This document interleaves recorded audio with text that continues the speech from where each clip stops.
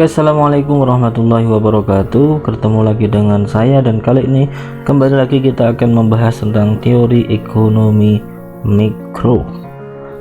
Dan pada kesempatan kali ini kita akan membuat sebuah topik yang cukup menarik, karena ini akan mendiskusikan bagaimana sikap kita, bagaimana kita memuaskan diri kita, dan di sini kita akan fokus pada consumer behavior. Kita akan membahas perilaku konsumen. Kita sadar bahwa kita semua konsumen, dan kita akan membahas perilaku kita sendiri. Baik, kita semua tahu bahwa dalam transaksi ekonomi, dalam kehidupan sehari-hari, kita pasti mencari satu hal. Apa itu? Yaitu kepuasan. Kita makan, mencari tempat makan yang paling memuaskan. Kita mau belanja, kita mau beraktivitas, kita pasti menargetkan kepuasan. Dan kepuasan ini sangat kompleks ya. Kepuasan itu sangat kompleks, sehingga ada dua teknik dalam menghitungnya, ada yang kardinal dan ordinal. Kardinal itu mengatakan bahwasanya kepuasan itu bisa dikuantifikasikan. Jadi kalau kita makan bakso, itu bisa kita hitung, bisa kita kira-kira kepuasannya berapa dalam angka. Dan tentu setiap orang berbeda-beda. Misal bakso Pak Narto, saya kasih nilai utility-nya atau kepuasannya 7. Dan setiap orang mesti beda-beda. Kalau yang satu ordinal itu mengatakan kuantitas kepuasan, utility tidak perlu dikuantifikasikan, cukup dibandingkan saja. Nah, itu nanti akan kita bahas. Dan fokus kita adalah bagaimana manusia atau konsumen itu mencapai kepuasan, sehingga kita perlu mengingat kembali dan menghafal dua rumus penting dalam kasus ini, yaitu adalah marginal utility dan maximum utility. Nah, marginal utility itu adalah tingkat kepuasan, penambahan kepuasan yang kita dapatkan ketika barang yang kita konsumsi bertambah dalam kuantitas tertentu. Jadi misal kita makan satu nasi goreng, kemudian kita tambah lagi dengan satu nasi goreng lagi, itu kepuasannya bertambah berapa? Itu adalah marginal utility. Nah, kemudian kita juga membahas tentang maximum utility. Ketika kita mempunyai beberapa barang yang kita konsumsi secara bersamaan atau secara berkala, itu berapa kombinasi yang pas atau kombinasi yang tepat untuk kita mencapai maksimum utility. Nah, kita sering menghadapinya dalam kehidupan sehari-hari. Misal dalam sebulan kita perlu makan, kita juga perlu jalan-jalan dan lain sebagainya. Jadi kombinasinya berapa kali kita makan dan berapa kali kita traveling, itu bisa kita hitung dengan maksimum utility. Rumusnya adalah marginal utility itu adalah delta TU per delta Q, perubahan total utility dibagi dengan perubahan kuantitasnya. Nah, atau bisa kita pakai yang cara ini, yaitu TUX min TUX min 1. Jadi X itu adalah jumlah barang yang dikonsumsi. Jika kita mencari total utility ketika mau mengkonsumsi dua barang, berarti TU ketika kita mengkonsumsi dua barang dikurangi TU ketika kita mengkonsumsi satu barang. Kenapa satu? Karena 2 dikurangi 1, X min 1 ya. Kemudian dibagi dengan kuantitas barang, X dikurangi GX min 1, kuantitas barang dikurangi 1 tadi. Oke, itu untuk marginal utility, rumusnya ini ya, ini juga harus diperhatikan dan dihafalkan. Kemudian untuk maximum utility, ketika kita mengkonsumsi beberapa barang, berapa kombinasi maksimumnya adalah ketika kita mencapai MU per P. Jadi MU per P itu adalah maksimum utility. Maksimum utility diperoleh ketika kondisi MU per P. Jadi kalau ada beberapa barang, berarti MU marginal utility per P barang X misalkan harus sama dengan MU per P barang Y sama dengan MU per P barang Z. Nah, jadi tiga barang ini X, Y, Z, kombinasi yang tepat adalah ketika marginal utility-nya dibagi dengan P harga itu adalah sama di antara ketiga barang tadi. Untuk lebih mudah coba kita masuk ke kasus, kita langsung masuk ke kasus pertama adalah ini. Pertama kita akan menghadapi dua tabel. Ini kita dihadapkan dengan dua tabel dua tabel ini adalah utilitas dari nongkrong dan kuliah. Jadi kalau kita mahasiswa, kita jelas melakukan aktivitas ini, kita kuliah dan juga kita nongkrong ya. Jadi untuk kalau kita hargakan dan kita kuantifikasikan utility-nya, ini seperti tabel di sini. Misal ini kita ambil satu contoh, nongkrong per bulan satu kali itu utility-nya 2000, dihargai 25.000. Ini perumpamaan dan setiap orang beda-beda ya utility-nya. Kemudian kuliah per bulan kalau satu kali utility-nya 10.000, kemudian kalau kita hargakan 50.000. Nah, kita perlu mencari tahu, kita disuruh mencari tahu berapa kombinasi jumlah nongkrong dan jumlah kuliah per bulan yang bisa memaksimalkan utility kita guys. Kita akan mencapai kepuasan yang maksimum ini ketika berapa kali nongkrong dan berapa kali kuliah per bulan. Untuk mencari itu kita pertama harus mencari tahu marginal utility, kemudian dibagi dengan harga. Nah, ini kita namakan marginal utility per rupiah, itu ketika marginal utility dibagi dengan harganya. Oke, marginal utility very easy to count it. Sangat mudah untuk menghitungnya.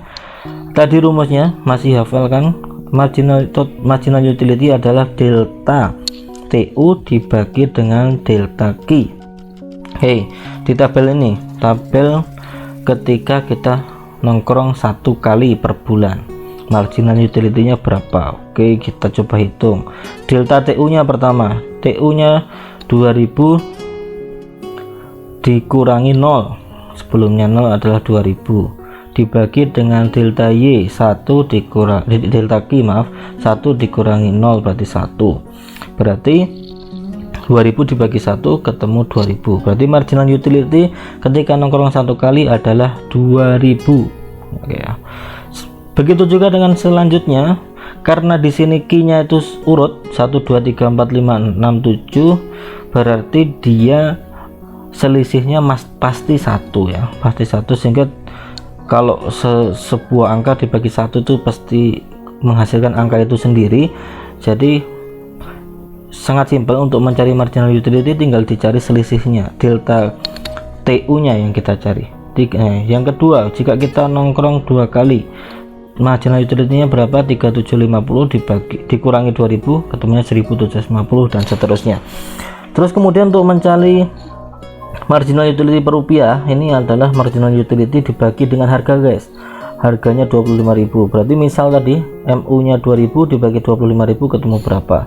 Begitu juga dengan yang kuliah, ini perlu kita hitung semua. Jadi tabel yang kosong ini kita isi, baru kita bisa mencari tahu kombinasi mana yang paling memuaskan. Nah, kombinasi yang paling memuaskan akan didapatkan tadi maksimum utility. Masih ingat ketika ini MU per P nya sama barang X dan barang Y. Jadi yang tadi kita harus mencari tahu di mana kombinasi mana yang MU per P nya antara MU per P nya kuliah dan MU per P nya nongkrong itu sama. Nah, jadi setelah kita hitung maka akan kita mendapatkan hasil seperti ini ya. Ini yang sudah saya hitung. Hasilnya ini marginal utility-nya, kemudian marginal utility per rupiah. Tadi masih jelas, sudah jelas cara mendapatkannya dari mana. Ini 2000 dari delta TU dibagi dengan delta Q, kemudian ini 0,067 berasal dari MU per P, 2000 dibagi 30.000 0,07. Seterusnya juga seperti itu. 0,058 dari mana? Dari 1750 dibagi 30.000. Begitu juga dengan tabel yang kuliah, itu juga 10.000 dari mana? Dari delta TU nya 10.000 dibagi dengan delta Q nya 1, jadi 10.000. Kemudian marginal utility per rupiahnya dari 10.000 dibagi MU nya 10.000 dibagi dengan P 50.000, sehingga ketemunya 0,200 guys. Nah, dari sini kita harus mencari tahu ini berapa kombinasi yang paling maksimal. maksimum utility-nya di kombinasi berapa. Kita cari yang marginal utility per rupiahnya sama ya. Ini ada 0,045 di frekuensi nongkrong 3 kali per bulan, kemudian 0,045 di frekuensi kuliah 6 kali per bulan. Jadi pertama, untuk bisa mencapai maksimum utility tinggal ini, kita harus kuliah 6 kali per bulan dan nongkrong 3 kali per bulan guys. Nah kalau kuliahnya 6 kali tapi nongkrongnya 1 kali, kita tidak akan mendapatkan maksimum utility. Understand ya. Selanjutnya juga ada pilihan lagi, kuliah 7 kali dan nongkrong 5 kali. Nih, semakin banyak kuliah semakin banyak butuh nongkrong. Nah ini kita ketemu. Ini karena marginal utility dibagi P nya sama 0,018 ya, jadi 0,018. Berarti dalam tabel ini ada dua kombinasi yang bisa memberikan maksimum utility, yaitu 6 kali kuliah dan 3 kali nongkrong, atau 7 kali kuliah dan 5 kali nongkrong. Sangat mudah, paham ya? Oke, lanjut. Ini adalah bagaimana kita menghitung maksimum utility. Tentu ini pakai versi ya kardinal karena utility-nya kita kuantifikasikan. Selanjutnya, nah ini kita masuk ke yang versi ordinal. Kita dihadapkan dengan namanya indifferent curve, kurva indifferent. Kurva indifferent itu adalah kurva yang menggambarkan kepuasan yang kombinasi ketika kita mengkonsumsi dua barang, misalkan X dan Y, kombinasinya yang bisa menghasilkan kepuasan yang sama berapa, itu digambarkan dengan indifferent curve. Nah ini misal nih, pertama barang ini yang sini adalah Y, kemudian ini adalah X nya 15, kemudian Y nya 10. Berarti di sini adalah sama kepuasannya dengan ketika kita mengkonsumsi X nya 18 kemudian Y nya 8. Jadi indifferent curve ini menunjukkan titik-titik di mana kita akan memperoleh kepuasan yang sama ketika mengkonsumsi dua barang. Jadi maksudnya barang Y, kita mengkonsumsi 10 barang Y dengan 15 barang X, itu kepuasannya akan sama dengan kita mengkonsumsi 8 barang Y dengan 8 barang Y dengan 18 barang X ya, itu akan sama juga ketika kita mengkonsumsi 7 barang Y dan 20 barang X. Nah, apa yang bisa kita dapat di sini? Ke dalam titik kepuasan tertentu seseorang itu, kalau kita ingin misalkan di kombinasi pertama 10 barang Y dan 15 barang X, kalau kita ingin mendapatkan barang X yang lebih, maka kita harus mengorbankan barang Y ya, ini namanya substitusi ya. Jadi kalau kita inginkan barang X yang lebih, misal kita mau 18 ya, barang Y nya harus kita relakan 2 sehingga tinggal 8. Kalau kita ingin barang X nya 22 yang kita konsumsi, jadi kita perlu mengurangi lagi jatah Y nya menjadi 6 dan seterusnya. Nah di kasus indifferent curve ini, kita perlu mencari tahu marginal rate substitution. Kita disuruh mencari tahu, hitung MRS ini, marginal rate substitution XY, tingkat substitusi barang Y dan X itu berapa, itu namanya marginal rate substitution, tingkat substitusinya. Sehingga cara ngitungnya bagaimana? Namanya marginal itu sama dengan tadi kita menghitung marginal utility. Sebelum ini kita coba kita catat dulu, tadi kombinasinya 10 dengan 15 dan seterusnya. Nah kita dapatkan ini 10 barang Y itu 15 barang X, 8 barang Y itu dengan 18 barang X, 7 barang Y dengan 20 barang X, 6 barang Y dengan 22 dan seterusnya ya. Karena kurvanya ini slope-nya negatif, maka jelas ini turun. Ketika Y turun, X naik, Y turun, X naik, X naik, Y turun.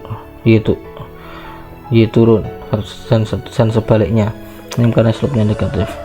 Nah, kita hitung, berarti untuk mencari tahu marginal rate substitutionnya di kolom kedua, kita mulai dari kolom kedua ya.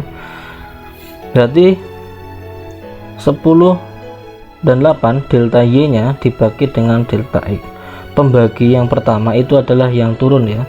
Berarti yang pertama 10 kurang 8 itu selisihnya 2 dibagi dengan 15 dan 18 selisihnya 3, berarti 2 dibagi dengan 3 dan seterusnya. Kalau yang di sini berarti 1 dibagi dengan 2. Kalau di sini 1 dibagi dengan 2, di sini dengan 1 dibagi dengan 5, sehingga ketemu hasilnya ini.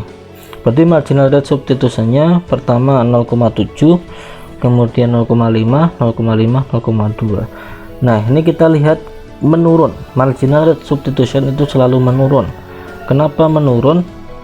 Nah, menunjukkan bahwasanya kemampuan substitusi suatu barang semakin sedikit barangnya, maka semakin akan menurun kemampuan substitusinya ya. Nah, nih kita ketemu marginal rate substitusinya, berarti pertama 0,7, kombinasi yang ketiga 0,5, kombinasi keempat 0,5, dan kombinasi keenam 0,2. Nah, ini cara menghitung marginal rate substitution. Nah, ini dari indifferent curve suatu barang, kombinasi barang. Baik, sudah sangat-sangat mudah ke indifferent curve sudah. Lanjut kita masuk ke bagaimana kita menggabungkan nanti dengan tadi kita hitungan yang utility tadi yang versi cardinal dengan kita juga kombinasikan dengan indifferent curve. Oke. Nah, soal selanjutnya ini, ketika seorang konsumen mengkonsumsi dua macam barang, yaitu barang X dan barang Y. Harga barang X per unit adalah 2 dan barang Y per unit adalah 1. Tingkat kepuasan marginal dalam mengkonsumsi sejumlah barang X dan Y dapat dilihat pada tabel. Jadi ini jumlah barang X nya yang dikonsumsi ketika ini, marginal utility-nya di bawahnya, kemudian ini barang Y dan ini marginal utility-nya. Nah, kita disuruh mencari tahu pertama, tentukan berapa kombinasi banyak barang X dan Y yang harus dikonsumsi oleh konsumen agar dicapai kepuasan yang maksimum. Oke ya, kita disuruh mencari tahu kombinasi mana yang mencapai kepuasan maksimum. Nah, caranya seperti tadi, kita cari MUX per PX yang sama dengan MUY per PY. Ini kan ada beberapa kombinasi ya, kita cari MUX per PX nya yang sama dengan MUY per PY nya. Caranya mudah ya, kita coba pakai persamaan matematika, bisa kita selesaikan dengan persamaan matematika. Nah, kepuasan maksimum itu akan kita terima ketika MUX per PX sama dengan MUY per PY. Nah, tadi kita sudah tahu harganya X 2, harganya Y 1, berarti MUX per 2 sama dengan MUY per 1 ya. Nah, ini sehingga kalau kita pakai persamaan matematika, MUX itu sama dengan 2Y ya. Sampai sini paham ya. Jadi kenapa kok MUX sama dengan 2Y, kita pindahkan ini, yang 2 ini kita pindah ke ruas kanan kan jadi kali, dan MUX per 1 kan, MUY per 1 kan tetap MUY, jadi 2 MUY, MUX sama dengan 2 MUY. Jadi di tabel ini kita cari tahu yang MUX nya itu 2 kali MUY, berarti itu adalah kombinasi yang maksimum. Nah, ini di sini kita lihat 16, apakah 2 kalinya 11? Tidak. 16 apakah 2 kalinya 10? Tentu tidak. 16 apakah 2 kalinya 9? Oh, no. 16 apakah 2 kalinya 8? Ya. Sehingga ini 4 barang Y itu bisa dipasangkan dengan satu barang X dan itu akan mencapai kepuasan maksimum. Nah, ini ada banyak nih kombinasinya. Ini 14, 2 kalinya 7, berarti 2 bisa dikombinasikan dengan 5. 2X itu bisa dikombinasikan dengan 5Y. Jadi di sini ketemu 1 2 3 4 kombinasi yang menghasilkan maksimum utility. Setiap kombinasi itu akan menciptakan indifferent curve sendiri. Jadi kombinasi pertama itu punya indifferent curve sendiri, kombinasi kedua punya indifferent curve sendiri. Terus mana yang kita pakai itu tergantung budget kita. Nanti kita akan bahas. Oke, soal selanjutnya, jika harga barang X turun dari 2 menjadi 1, nah ini kasusnya harganya turun, kita mencari kombinasinya. Kalau harganya turun, kombinasinya jelas berubah ya. Harga X turun dari 2 menjadi 1, harga Y dari tetap 1, sehingga X dan Y harganya sama-sama 1. Kombinasinya jadi seperti apa? Cara menghitungnya sama, bisa kita hitung satu-satu atau bisa kita selesaikan pakai rumus persamaan matematika. Kalau MUX per 1 sama dengan MUY per 1 sama dengan, ya jelas MUX sama dengan MUY. Jadi kita cari yang MUX nya sama dengan MUY. Nah ini 10 sama dengan 10, berarti kombinasinya 2 barang Y dan 4 barang X. Ini 8 sama 8, berarti kombinasinya 4 barang Y dan 5 barang X. Ini 6 berarti kombinasinya 6 barang X dan 6 barang Y. Ini 4 dan 4 berarti kombinasinya 8 barang Y dan 7 barang X. Oke, very simple dan very easy, understand guys? Oke, lanjut ke soal selanjutnya. Nah, kembali ke harga awal, yaitu X2 dan Y1. Jika budgetnya adalah 10 guys, maka berapa jumlah barang X dan Y yang harus dikonsumsi agar mencapai kepuasan maksimum? Nah, seperti tadi yang saya bilang, hasil dari penghitungan itu menghasilkan beberapa kombinasi. Ada 4 kombinasi di perhitungan yang awal tadi. Dari 4 kombinasi itu mana yang akan dipakai itu terserah budget kita. Nah, di sini kita ditentukan budgetnya 10 guys, budgetnya 10. Lalu berapa barang X dan Y yang harus dikonsumsi? Nah, dari hasil tabel tadi kita buat kurvanya. Nah akan jadi kurva seperti ini. Ini akan tadi kombinasi tadi menghasilkan indifferent curve sendiri-sendiri. Kombinasi yang pertama 1 dan 4, 4 barang X dan 1 barang Y, itu ada indifferent curve-nya masing-masing. Nah, kemudian kombinasi kedua 2 barang Y dan 5 barang X, ini ada indifferent curve-nya. 6 barang X dan 3 barang Y, ada indifferent curve-nya sendiri, dan seterusnya. Nah, kemudian kita dikasih budget constraint itu 10 guys. Kita diberi budget 10, berarti berapa indifferent curve yang mana yang bisa kita pakai, kombinasi mana yang bisa kita pakai. Oke, kalau budgetnya 10 berarti kita andaikan 10 ini buat beli Y semua, maka kita dapat 10 ya, karena harga Y itu 1, berarti dapat 10. Kemudian bila 10 ini kita pakai X semua, berarti dapatnya 5, karena harga X nya harganya 2. Nah, kemudian ini 5 kita hubungkan dengan 10. Nah, ini adalah budget constraint nya. Mana yang bisa kita pakai indifferent curve nya adalah indifferent curve yang masih di bawah atau merempet dengan budget constraint. Berarti yang bisa kita pakai adalah kombinasi 1Y dan 4X. Nah, ini bisa kita rubah-rubah. Misalkan kalau 2 kita pakai 2, Y nya kita tambah 2, berarti kita harus mengorbankan X nya berapa ini, misal 3,5 atau berapa.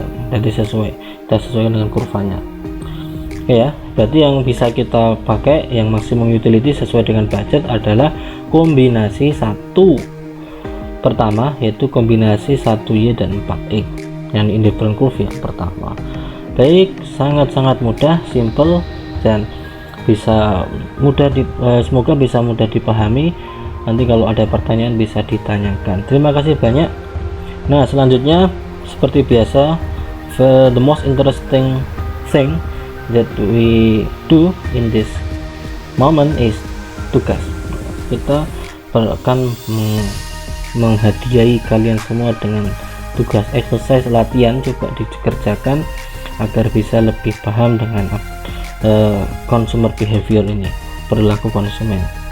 Nah, tugas yang diberikan nanti sama, soalnya sama dengan apa yang sudah dibahas sebelumnya. Nah, tinggal menyesuaikan saja, tinggal tiru aja caranya seperti tadi, kemudian ini angkanya saja yang berbeda, nanti bisa ketemu. Nah, ini pertama tugasnya seperti tadi, istilah tabel-tabel yang kosong dan tentukan kombinasi mana yang paling memuaskan.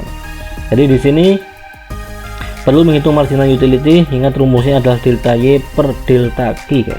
Kemudian dicari juga MU per P nya. Nah, marginal utility yang ketemu tadi dibagi dengan P nya, nanti kita cari tahu mana. Nah, ini di sini kasusnya adalah es teh dan ayam geprek.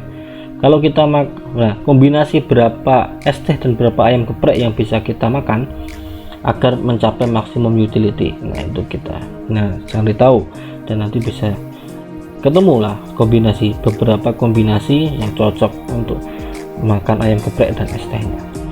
Nah, kemudian kita juga dihadapkan lagi untuk selanjutnya latihannya adalah tentang indifferent curve. Kita disuruh mencari tahu MRS nya, marginal rate substitution nya. Ini barang Y nya 10, X nya 11, ini ya jaraknya 10 12 kan, ini kan 2, berarti tengah-tengahnya adalah 11 10 11, kemudian ini adalah yang dicari yang ada titiknya aja, berarti pertama 10 dan 11, kedua 7 dan 13, ketiga 5 dan 16, kemudian 4 dan 18, kemudian 3 dan 19, kemudian 2 dan 20. Nah, cara tahu marginal rate substitution-nya. Yang ketiga sama kayak tadi, kombinasi, kemudian ketika perubahan harga menjadi kombinasinya berubah seperti apa, kemudian dicari tahu ini dengan budget lainnya, ini 20.000 budget constraint-nya, dicari tahu kombinasi mana yang paling tepat. Baik, terima kasih banyak atas perhatiannya, semoga sukses, semoga berhasil, dan semoga bisa menjadi penerus bangsa yang sempurna. Terima kasih. Assalamualaikum warahmatullahi wabarakatuh.